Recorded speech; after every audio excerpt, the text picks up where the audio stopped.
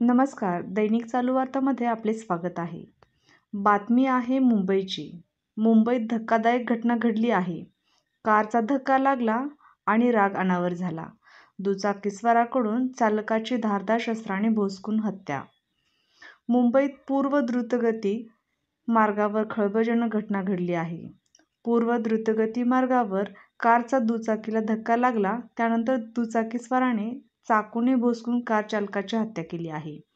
या घटनेने परिसरात खळबळ उडाली आहे.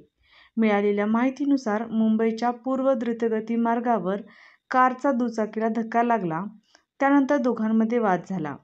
त्यानंतर दुचाकीस्वाराने चाकूने भोसकून कार चालकाची हत्या केली. ही हत्येची घटना सायंकाळी 6 वाजण्याच्या सुमारास घडली. या घटनेत झिशान शेख नावाचा कार चालकाचा मृत्यू झाला आहे. कार चालकाची हत्या झाल्याची माहिती मिळताच पोलीस घटनास्थळी पोहोचले. या हत्येच्या घटनेनंतर आरोपी दुचाकीस्वाराने पळ काढल्याची माहिती मिळत आहे. पोलिसांकडून पळून गेलेल्या आरोपी दुचाकीस्वाराचा शोध सुरू आहे. चालकाच्या हत्येने परिसरात खळबळ उडाली आहे.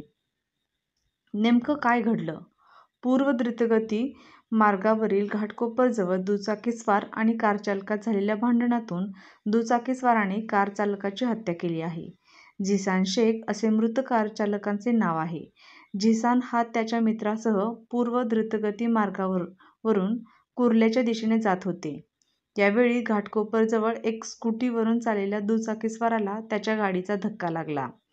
यावरून झालेल्या भांडणात दुचाकीस्वाराने त्याच्या दुचाकीत ठेवलेला सुरा बाहेर काढला आणि झिशानच्या छातीत घुसून त्याची हत्या केली.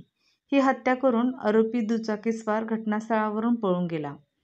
पोलिसांनी हत्येच्या गुन्ह्याची नोंद करून अज्ञात आरोपीचा शोध सुरू केला आहे.